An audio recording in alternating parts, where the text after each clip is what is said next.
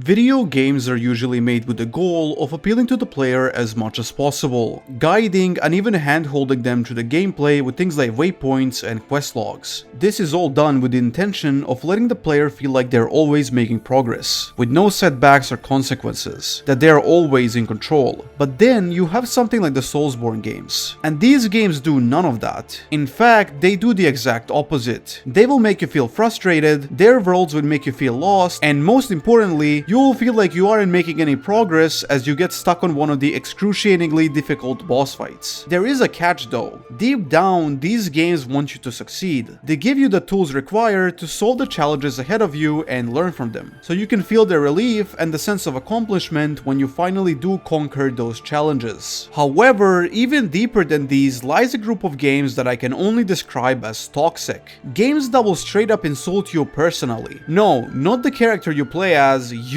the player. They will make fun of the way you fail, your actions, doing everything in their power to frustrate you. As in these games, you are never in control. Most of them do it with the goal of making you ask yourself the question of why? Why are you playing these games? What are you hoping to achieve by subjecting yourself to the obvious toxicity that lies within them? Let us try to find some answers to that. The best place to start when talking about these games is probably I Wanna Be the Guy, a friendly looking game in which upon spawning in, you're immediately killed by a wall of metal thorns. I Wanna Be the Guy was made in 2007 and is commonly described as one of the most difficult and unfair games of all time. And to put that into context, here is how a playthrough of I Wanna Be the Guy may go for you. There are only 3 basic controls: walking, jumping, and shooting. Upon figuring out you can stay in the corners to avoid the thorns, you slowly make your way to the hole in the ground that is supposed to take you to the next room. However, upon jumping down, this happens.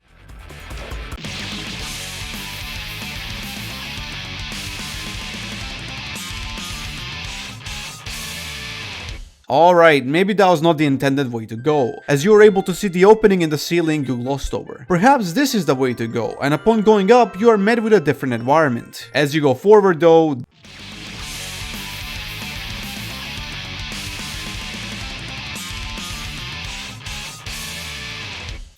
maybe you're meant to take it slower, and you do. One by one you trigger these fruits to fall before jumping onto the upper platform, and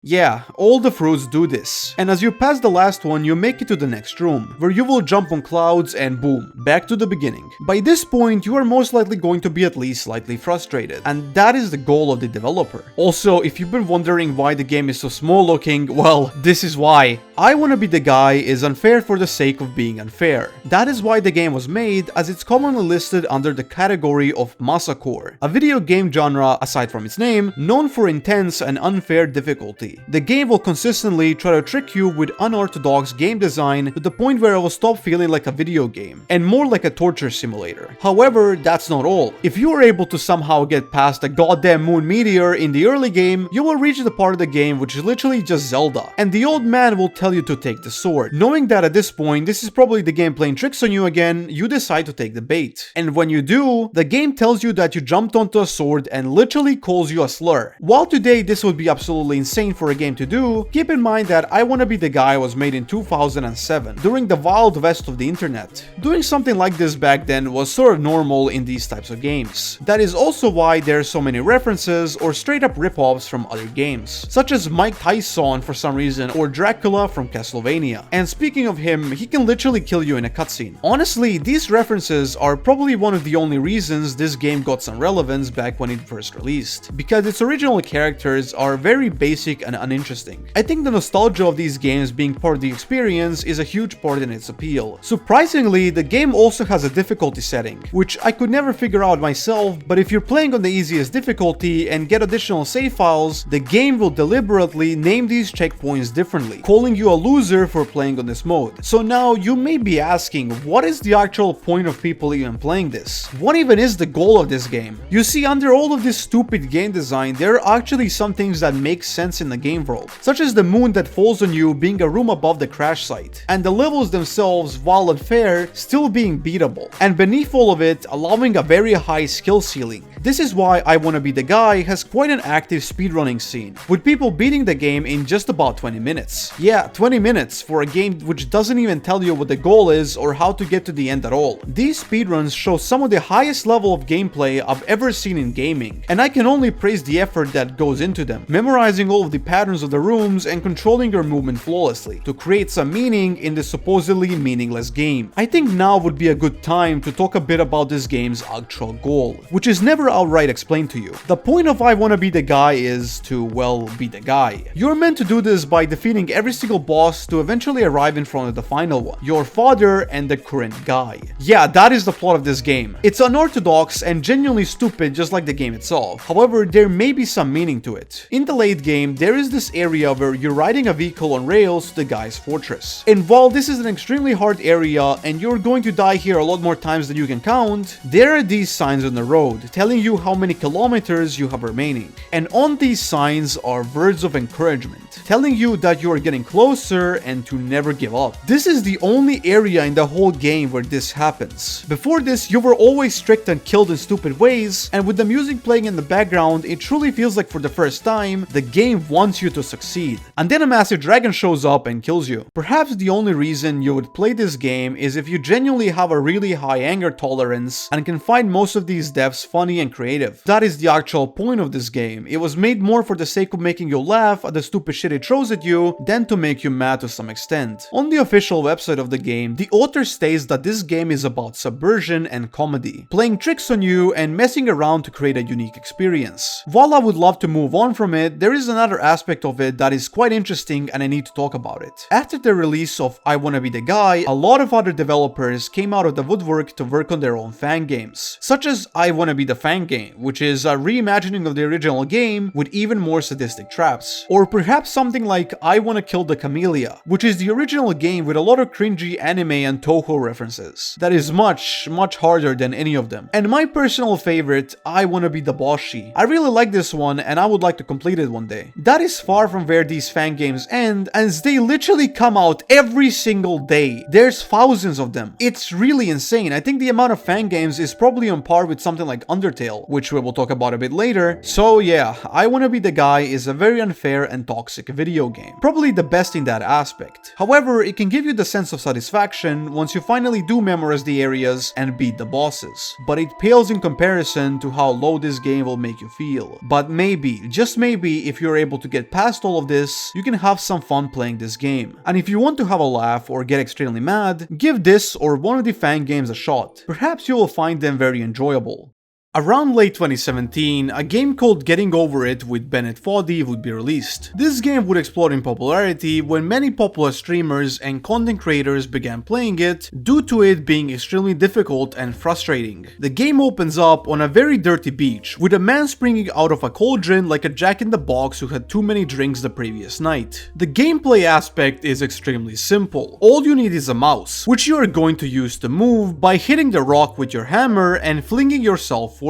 That's it, there is no further context, and your first obstacle is this dead tree standing in the way. Upon reaching a cliff, the narrator, or in this case the creator, Bennett Foddy, begins to speak about very philosophical ideas and concepts that seem extremely out of place in a game like this, warning you that if you already had a bad day, playing this game right now may not be the best idea. Getting Over It was inspired by a shitty 2002 game called Sexy Hiking. And dude, come on, this is not sexy at all. This is the ugliest thing I've seen in my life. The game is more like a joke than an actual video game, as the movement controls are so awkward and unpolished to the point where someone may assume this game was made by a 2-year-old. But Getting Over It has some of that sexy hiking in it. As you're climbing higher and higher, you will notice that this entire game world is made out of objects that have nothing to do with each other, such as gardening equipment or furniture creating this tunnel for some reason. Nothing in this game really makes sense. These objects and cliffs are too slippery to the point where it can feel impossible to understand how to get a good grip on them. The game even jump scares you at one point, which can mess up your progress, and as you play more and more, you may feel frustration just from listening to the narration in the background. But that frustration is nothing compared to the feeling you will have when you inevitably fall down. I Wanna Be the Guy is a game that is a lot different compared to Getting Over It, in the aspect that it has checkpoints, very similarly to a game like Celeste where dying will bring you back to the beginning of the room, not to the beginning beginning of the game. While frustration is still prevalent, you never lose much progress to the point of feeling like you're back in the beginning. But in getting over it, you do. And this is where the true toxicity of this game comes into play. As Bennett, Foddy will usually make fun of you using sarcasm or throwing some random philosophical quote at you, which is just at the wrong place at the wrong time. The worst case of this, however, is when really old melancholic music begins to play once you fall, deliberately chosen to make fun of you specifically. Hell, the game even makes fun of you, the viewer of this video watching right now, for watching the game and not playing it. And if that's not breaking the fourth wall to make fun of someone, then I don't know what is. And finally, the absolutely worst case of this is near the end of the game, where there is a snake that you can accidentally activate by failing the bucket jump, bringing you to the literal beginning of the game. So yeah, getting over it is an extremely unfair and badly designed game. It provides only frustration and no value out of that. But it's also one of my favorite games of all time. While every fall in getting over it may seem unfair at first and will make you throw your computer out of the window, you will notice that with each fall, you are slowly getting better and better and making the climb back to where you were. This counts especially in the case of the snake, where it will take you much less time to get back up to that bucket jump than you thought. This is because slowly as you keep failing and climbing back up, you're learning the limits of the controls and obtaining knowledge on how the environment works. However, this isn't really clear at you at this point, and it's easy to get triggered after hearing one of Bennett's cringy quotes or the music. But even so, that is actually the point of the game. In the middle section of the game, there is an obstacle referred to in the community as the orange hell, and it is definitely the hardest one to figure out.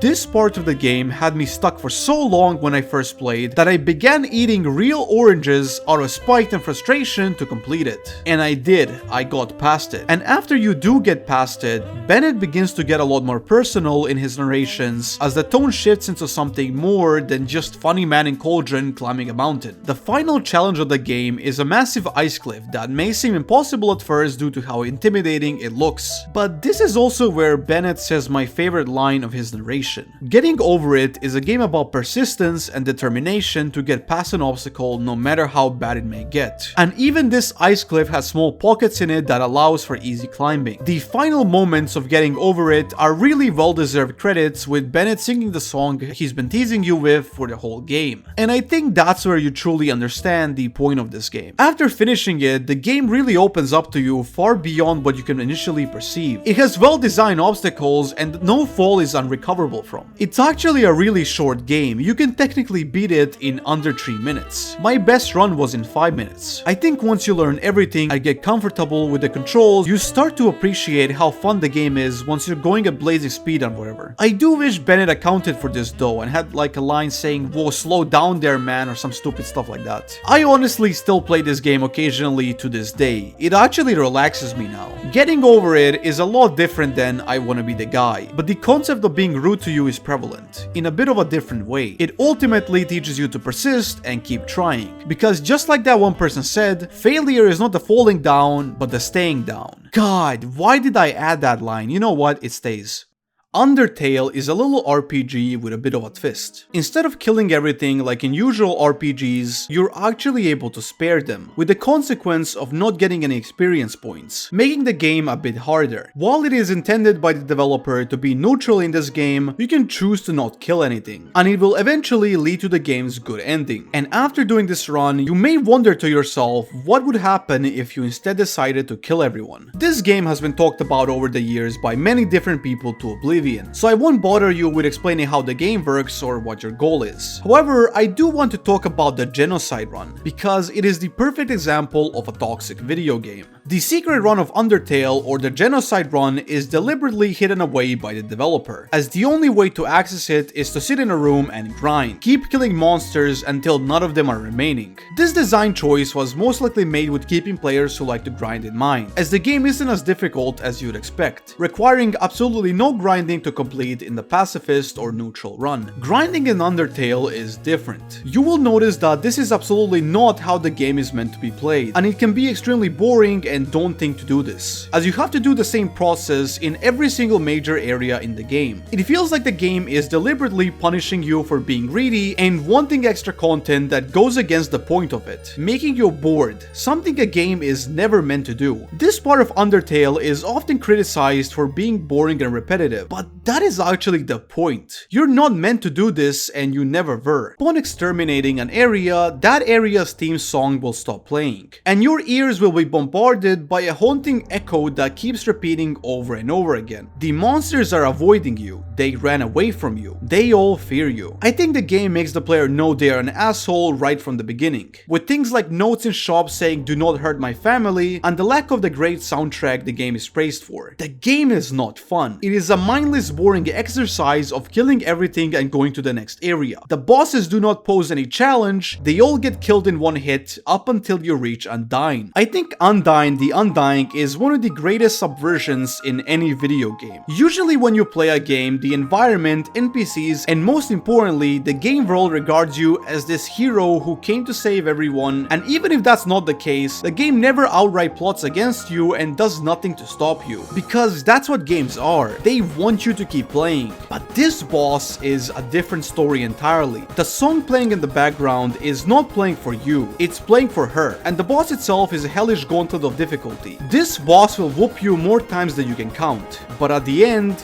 you will prevail. And in any other game, beating this type of enemy would reward you greatly, but not in Undertale. There is no sense of satisfaction or triumph. The game just returns to its meaningless grinding. Even Metaton is a pushover, as there is a fake new boss battle that is supposed to take place, but you just killed a robot in one hit. And finally, you reach the Judgment Hall, where Sans is waiting for you. You already know everything about Sans. I won't waste my time talking about the basic stuff. Sans will break the fourth wall and insult you directly, count the number of times you have died to him, and will even trick you into sparing him, and then straight up kill you without any hesitation. I think at this stage, Undertale has said what it wants to say. And after defeating Sans in probably the most anticlimactic way ever, there is nothing. And I mean that. Literally nothing. It's a black screen for over 10 minutes. And if you're crazy enough to wait that long, you are presented with a choice. Erase the world or leave it. And guess what? Neither of those choices matter, because the person offering the choice isn't asking you what you want to do. They're messing with you, and the game just ends. However, I think the absolutely worst thing the game will do to you is prevent you from ever obtaining the regular endings again. They will always be messed up at the end, and you are never in control. The only way to get rid of this effect is to do a full clean wipe of the game files, and this requires some file management knowledge. That is the length the game is willing to go, just to tell you that you're an asshole. And you know, for the first time in this whole video, it is justified. You are the one who murdered every single monster in this kingdom with intention. You are the one who kept going despite all of the warnings, and you are the one who deserves this. Undertale is another one of my favorite games ever made, and I think this is the only time I will talk about it on this channel, as I really do not have anything to add that others haven't. I haven't completed the genocide run myself because when I last played, Undying kept making me want to throw my keyboard out of the window. Wow, there are a lot of window jokes in this video, I wonder why. I personally believe that Undertale is the game that truly succeeds in making fun of you for a justified reason, and I am very excited for the next chapters of Deltarune to do something similar. So yeah, video games are weird.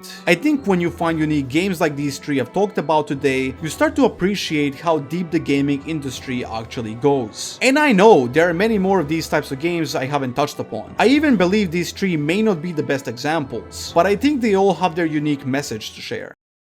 If you've enjoyed this video, make sure to subscribe with notifications and join the Discord, link in description. I really enjoyed making this one. It's probably my best video yet, and I want to make a lot more gaming related videos in general. That's it from me, take care of yourselves and have a good night.